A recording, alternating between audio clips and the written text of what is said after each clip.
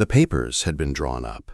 Not signed, not yet, but drawn up, which in the world Julian Ashcombe, 7th Duke of Rothermere, had been raised in, amounted to nearly the same thing. His mother had chosen the family, his solicitor had reviewed the settlements, and Julian himself had spent one carefully arranged afternoon in the drawing room of Lady Beatrice Fenwick, during which they had discussed the weather, her embroidery, and nothing else of consequence for the better part of an hour. He had not objected.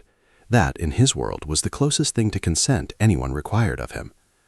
The Hartlewood Midsummer Assembly was, by universally agreement among the people who cared about such things, the grandest gathering of the season. The Hartlewoods had a ballroom built for exactly this purpose, 300 candles, a floor of pale oak polished to a shine, and enough space that even a crush of guests never quite felt crowded.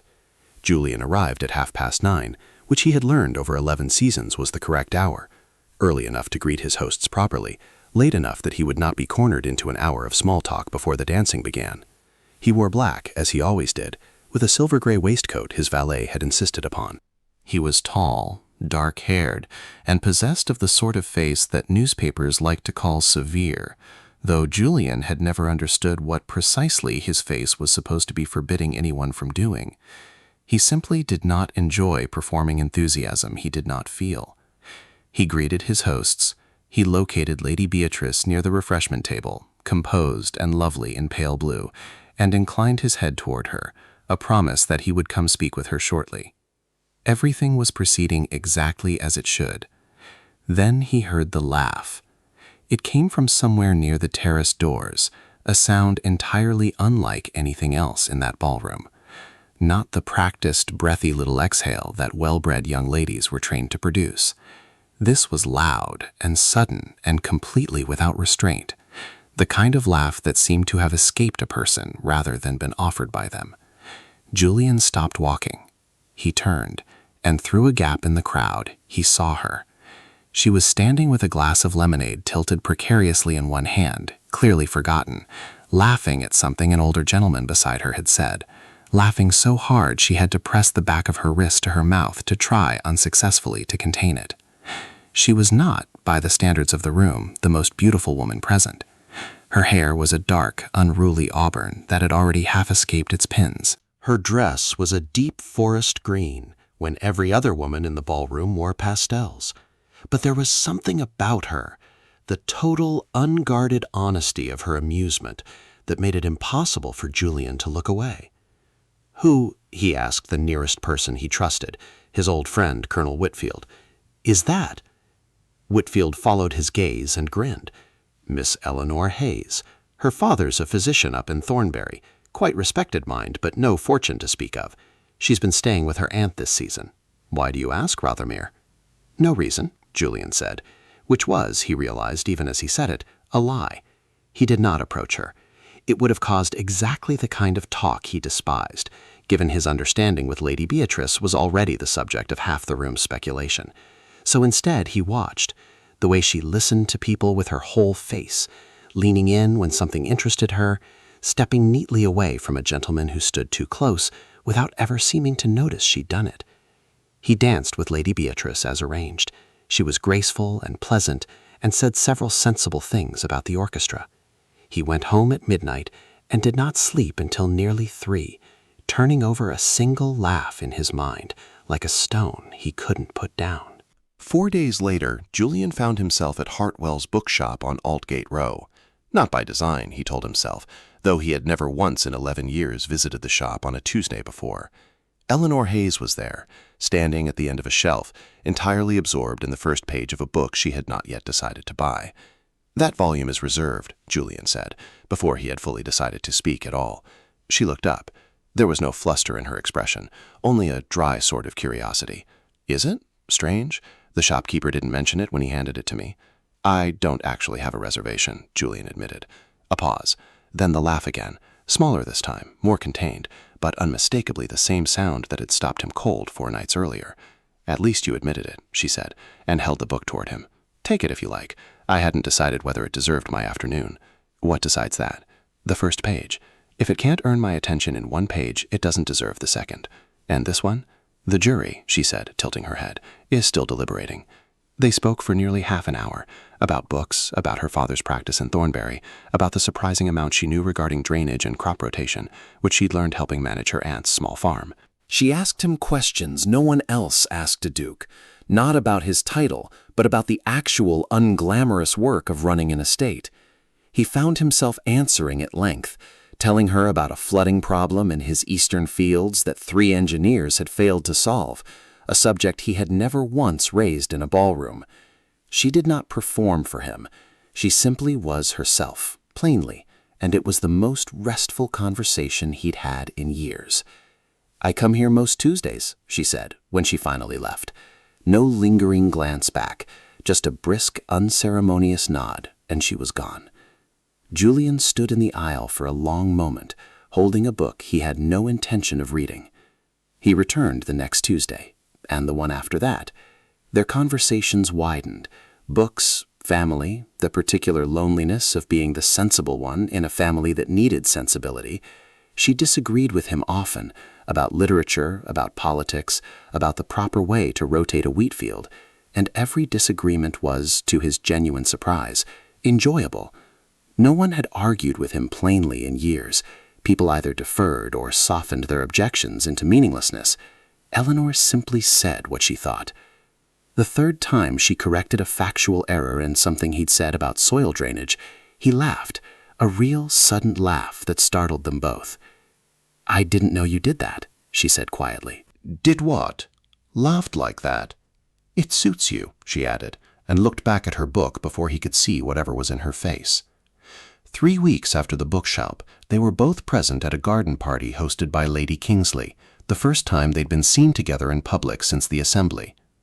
Lady Kingsley herself noted it, approaching with the pointed curiosity of a woman who missed nothing. "Miss Hayes, I hadn't realized you were acquainted with the Duke." "The bookshop," Eleanor said easily. "We share an interest in soil drainage." "How fascinating," Lady Kingsley managed. "It really is," Eleanor said, entirely sincere. "You'd be surprised." Julian felt the corner of his mouth twitch, and when their eyes met afterward, there was a small private understanding passing between them that had nothing to do with anyone else in the garden. He understood, standing there, that this had gone well past the point of resolving itself quietly. He called on her at her aunt's house on Fenimore Lane. It was a modest sitting room, papers from her father's correspondence stacked hastily on a side table, clearly cleared for his arrival. "Your Grace," she said, "this is unexpected." "I wanted to continue the conversation," he said. She studied him, the same unguarded directness she'd had from the very first night. "You're currently engaged in choosing a wife, I understand. Lady Beatrice Fenwick, if the rumors are accurate." "They are." "Then this conversation should be conducted carefully." "I'm not a fool, Your Grace. I understand what your calling on me implies." "What does it imply?" "That you're reconsidering something." He held her gaze. "Yes." She was quiet a long moment, straightening the papers on the side table, a small habitual gesture while her mind worked. "I think," she said finally, "you should be very sure before you affect a great many people's lives, including Lady Beatrice's." "I know. I wanted to see you again before I decided anything. I wanted to know if what I feel is real, or simply the novelty of someone who surprised me." "And have you decided?" "No," he admitted, "but I know it isn't novelty." She looked at her hands. "I'll tell you honestly, I've known these weeks at the bookshop were more than conversations about drainage. I'm telling you not because I expect you to act immediately, but because honesty seemed more useful than leaving you to wonder." "Be sure," she said. "That's all I ask." He came back the following week, and the week after. They walked along the river path on a bright autumn morning, and she told him about the flooded pasture on her aunt's land that no one had bothered fixing in a decade. He told her he hadn't written a personal letter to anyone in 6 years. "Julian," she said, his name, not his title, which she'd used without ceremony for weeks now, and which he'd never once corrected. "What do you actually want?" No performance in the question. Genuine curiosity, the kind she brought to everything. "A person who is the same in every room," he said slowly. "I've spent my whole adult life watching people change themselves depending on who's watching. I do it too, I'm not exempt. But I want to come home to someone who doesn't calculate every word, who laughs when something is funny." She was quiet. Then, "I find most things funny. I'm told it's occasionally inappropriate. I don't find it inappropriate." Something shifted in her face. The careful composure she'd been holding in reserve, he realized now, finally giving way to something warmer and less certain. "You haven't actually said anything direct," she said, "in case you were wondering whether I'd noticed. I need to speak to Lady Beatrice first, and my mother. That's the correct order of things." "It is," she agreed, her voice steady, her hands not quite as steady. "It will also be rather unpleasant. I won't think worse of you for insisting I do it properly. I'd think worse of myself if I did it any other way."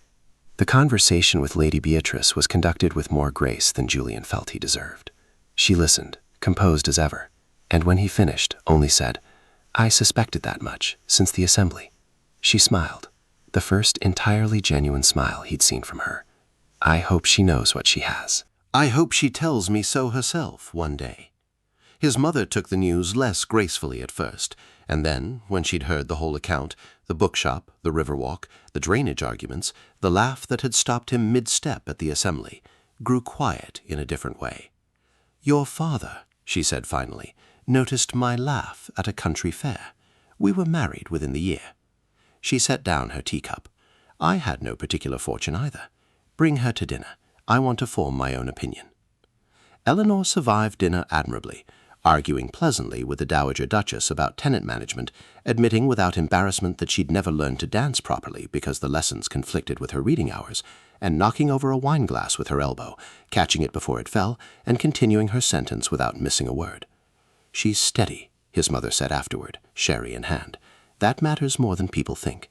Don't waste any more time being cautious, Julian." Society took its time deciding what to make of it. Eleanor Hayes had no fortune, no title, nothing but a physician father, and 4 years spent quietly managing a small farm no one in London had heard of. The commentary was, as commentary always is, thorough and occasionally cruel. He found her one gray afternoon writing letters, her composure slightly more effortful than usual. "I've heard the drawing rooms aren't entirely kind," he said. "They aren't," she agreed. "It doesn't change anything, but I wanted to be honest with you about what this involves. It will follow us for years, probably." He thought of the men in Parliament who'd called him reckless and naive and been wrong every time. "What Lady Kingsley's circle thinks of my choices," he said, "matters to me approximately as much as the weather in the Southern Hemisphere." She blinked. "The Southern Hemisphere. It's very far away." The laugh came, the real one, the one from the ballroom terrace, and he thought he would never stop being grateful for it. He found her at the bookshop the following Tuesday, and this time he did not wait. "Eleanor," he said, "I would like to ask you to marry me. Not the Duke asking, I'm asking for myself. Julian, who came to an assembly with an entirely different plan, and went home with an entirely different understanding of what a room could feel like." The shop was quiet. Somewhere behind the shelves, a page turned. "You're remarkably direct," she said, "for a duke. I've been told that before." She was quiet a long moment, her hands folding and unfolding on the counter. "You should know I won't become a different person because of a title. I'll still argue when I think you're wrong. I'll still laugh at things I shouldn't. I'm counting on it." "Then yes," she said. Obviously yes. They married in November, in the small stone church near his estate, with far fewer guests than tradition demanded, and considerably more laughter than any wedding Julian had attended before. When the vicar fumbled the ring, Eleanor pressed her lips together, failed entirely to contain herself, and laughed, quiet, helpless, and completely genuine, right there at the altar. The vicar only smiled and carried on. Years later, their daughter would ask him, with the blunt curiosity children reserve for questions adults spend a lifetime avoiding, how he had known. She laughed, he told her, in a room full of people who had all forgotten how. And that was enough. He looked across the library, to where Eleanor sat curled in the window seat that had over the years simply become hers. She glanced up, caught his eye, and raised her brows, the same small, wordless understanding she'd offered him at a garden party years before. "It was enough to make me stop," he said. "Everything after that was a choice."